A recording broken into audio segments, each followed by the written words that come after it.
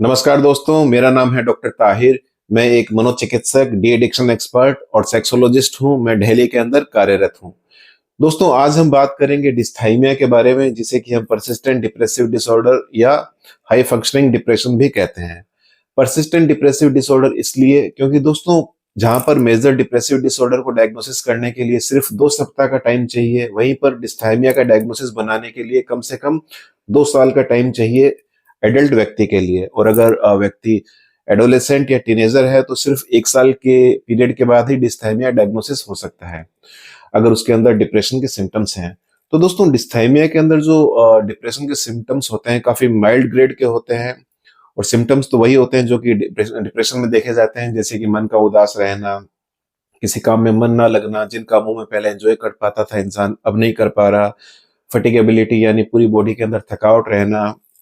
Negative thinking का ज्यादा आना, होपलेसनेस हेल्पलेसनेस महसूस होना, किसी चीज पर फोकस कंसंट्रेट नहीं कर पाना, भूख का ज्यादा या कम होना, नींद का ज्यादा या कम होना,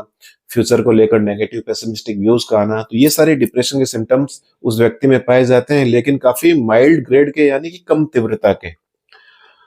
तो दोस्तों, दूसरा इसका जो नाम था हाई फंक्शनिंग डिप्रेशन, वो इसलिए रखा गया है क्योंकि जहां पर मेजर डिप्रेसिव डिसऑर्डर का जो मरीज होता है उसके अंदर सोशियो ऑक्यूपेशनल इम्पेयरमेंट पाया जाता है, यानी कि समाज से वो एकदम विड्रॉल आइसोलेटेड हो जाता है, घर परिवार की जिम्मेदारियां नहीं उठा पाता, रिश्तों को नहीं निभा पाता,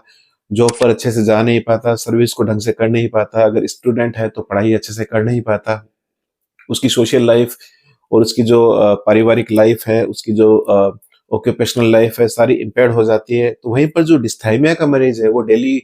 डे टू डे एक्टिविटीज अच्छे से कर लेता है, जॉब भी कर लेता है, सर्विस पर भी जा सकता है, अगर स्टूडेंट है तो पढ़ाई भी अच्छे से कर पाता है, अपनी एकेडमिक स्किल्स को मेंटेन कर पाता है, परफॉर्मेंस को मेंटेन कर पाता है। लेकिन दोस्तों, डिफरेंस ये है कि डिस्थाइमिया के जो मरीज हैं उनके अंदर सब कुछ होते हुए भी जिंदगी के अंदर एक उन्हें खालीपन महसूस होता है। उन्हें लगता है कि वो कभी जिंदगी में खुलकर नहीं हंसे,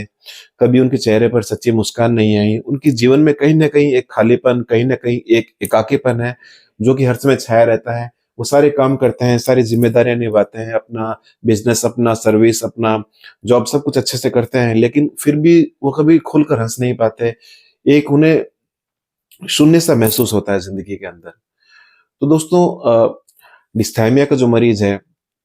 जैसे सालों साल अपनी जिंदगी को ढोता रहता है, अब क्योंकि सारे काम वो अच्छे से कर रहा होता है, घर परिवार समाज की जिम्मेदारियां उठा रहा होता है, तो परिवार वालों को कभी नहीं लगता कि वो एक डिप्रेशन का मरीज है या उसे इलाज की जरूरत है। ना वो उसे किसी डॉक्टर को दिखाते हैं, उन्हें लगता है कि ये मूडी नेचर का है, उसका मूड ही ऐसा है, कुदरतन उसको बिहेवियर ऐसा मिला है, इस कारण से इस प्रकार से वो डीलिंग करता है। और ऐसा ही व्यक्ति को खुद को भी लगता है, उसे लगता है कि मेरे पास सब कुछ है, अपनी काम अच्छे से कर पा रहा हूँ, तो उसे कभी इस बात का एहसास नहीं होता कि वो डिप्रेशन का मरीज है। बस उसे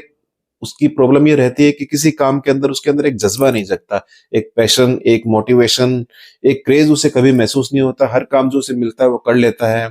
घर वालों के साथ रिश्ते को भी निभा लेता है, लेकिन उसके अंदर एक जुनून सा उसे कभी महसूस नहीं होता, एक खालीपन उसे हर एक्टिविटी में लगता है। उसे कोई सक्सेस मिलती है तो भी उसे उसका क्रेडिट वो खुद को नहीं देता, उसे लगता है लकीली कुदरतन ये सक्सेस उसे मिल गई। किसी चीज को सेलिब्रेट नहीं कर पाता, उसके पास गाड़ी, घर, बंगला, नौकर चाकर, बीवी, बच्चे सब कुछ होते हैं, अच्छा उसका बैंक बैलेंस होता है, उसके बावजूद उसे कभी सच्ची खुशी महसूस नहीं होती। उसे लगता है जिंदगी में ऐसा क्या रखा है। और ऐसा व्यक्ति जब किसी व्यक्ति को खुशियां मनाते देखता है, किसी कपल को सेलिब्रेट करते देखता है, कहीं कुछ लोगों को पार्टी करते देखता है, तो उसे लगता है कि ये लोग इतने खुश क्यों हैं, ऐसा क्या है इनकी जिंदगी में जो ये लोग इतना डांस कर रहे हैं, इतना खुशियां मना रहे हैं,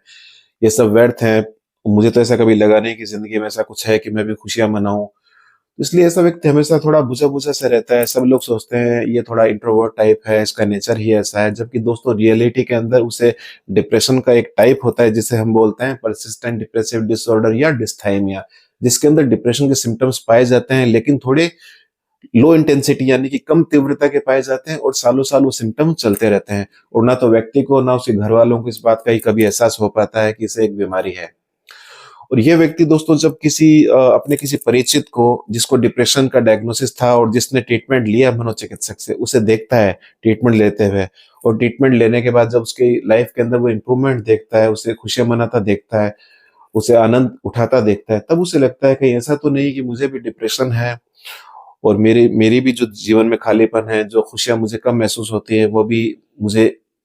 मेरी जिंदगी से जो एक शून्य सा उभर कर आ गया है वो उसे दूर कर दे और मैं भी खुशियां मना पाऊं। तब ये व्यक्ति किसी मनोचिकित्सक से मिलता है और फिर ये ट्रीटमेंट लेना शुरू करता है, और करीब कुछ महीनों का ट्रीटमेंट लेने के बाद उसकी जिंदगी में जब खुशियां लौटने लगती हैं, उसकी मुस्कान वापस लौटने लगती है, तब उसे लगता है कि मेरा डिसीजन बड़ा गलत था, मुझे डिप्रेशन था, मैं उसे पहचान नहीं पाया, मुझे अगर ये ट्रीटमेंट पहले मिल चुका होता तो मैं अपनी खुशियां अच्छे से मना पाता, मेरी प्रोडक्टिविटी अच्छी रहती। क्योंकि काम तो वो सारे करते आया था, लेकिन जिस एफिशिएंसी के साथ वो कर सकता था अगर वो ट्रीटमेंट ले लेता, तो उस एफिशिएंसी से वो काम नहीं कर पाया। इसी कारण से उसे उतने अच्छे पॉजिटिव रिजल्ट नहीं मिले। तब उसको थोड़ा-सा पश्चाताप होता है, क्योंकि इस बीमारी को ना तो वो खुद समझ पाया था, ना उसके घरवाले समझ पाए थे। तो दोस्तों, इस वीडियो का मकसद यही है कि आप डिस्थाइमिया को समझें। बहुत जीवन में आपको ऐसे लोग मिलेंगे घर परिवार में, दोस्तों में, जो अपने सब काम अच्छे से कर पा रहे होते हैं, लेकिन वो आपको थोड़े से नाखुश से महसूस होते हैं, थोड़े चुप-चुप से रहते हैं, किसी पार्टी में, किसी एक्टिविटी के अंदर इन्वॉल्व होना पसंद नहीं करते, उन्हें लगता है सबसे अलग रहें, थोड़े चुप-चुप से रहते हैं, थोड़े बुझे-बुझे रहते हैं, आपको लगता है ये मूडी हैं। तो दोस्तों, हो सकता है वो डिस्थाइमिया के मरीज हों। तो ऐसे कोई भी व्यक्ति अगर आपकी लाइफ में आपको मिले, आपके दोस्तों में, परिवार में, घर में, जो इस प्रकार के सिम्पटम्स आपको लगते हैं कि डिप्रेशन के सिम्पटम्स महसूस होते हैं, तो एक बार उसे आप ज़रूर सजेस्ट करें कि किसी मनोचिकित्सक से मिले, अपने सिम्पटम्स के बारे में बताएँ। तो क्या पता उन्हें डिस्थाइमिया हो और एक कुछ मंथ का ट्रीटमेंट लेने के बाद उनकी ज़िंदगी के अंदर खुशियाँ लौट जाएँ, उनकी प्रोडक्टिविटी, उनकी एफिशिएंसी वापस अच्छे हो जाए। तो आप ऐसे लोगों के लिए ज़रूर एक हेल्प करें, आप उन्हें सजेस्ट करें किसी मनोचिकित्सक से मिलने का, और एक बार उन्हें किसी मनोचिकित्सक के पास खुद ज़रूर लेकर जाएँ। तो दोस्तों, ये वीडियो था डिस्थाइमिया के बारे में, जो कि डिप्रेशन का ही एक छोटा रूप है। तो उम्मीद करता हूँ आपको ये अच्छे से समझ आया होगा और आप अपने दोस्तों, रिश्तेदारों तक इस वीडियो को शेयर करेंगे, और जिन्हें भी ट्रीटमेंट की ज़रूरत है उन्हें मनोचिकित्सक के लिए ज़रूर सजेस्ट करेंगे। तो दोस्तों, आज के लिए इतना ही, फिर मिलेंगे एक नए वीडियो के साथ, तब तक के लिए नमस्कार।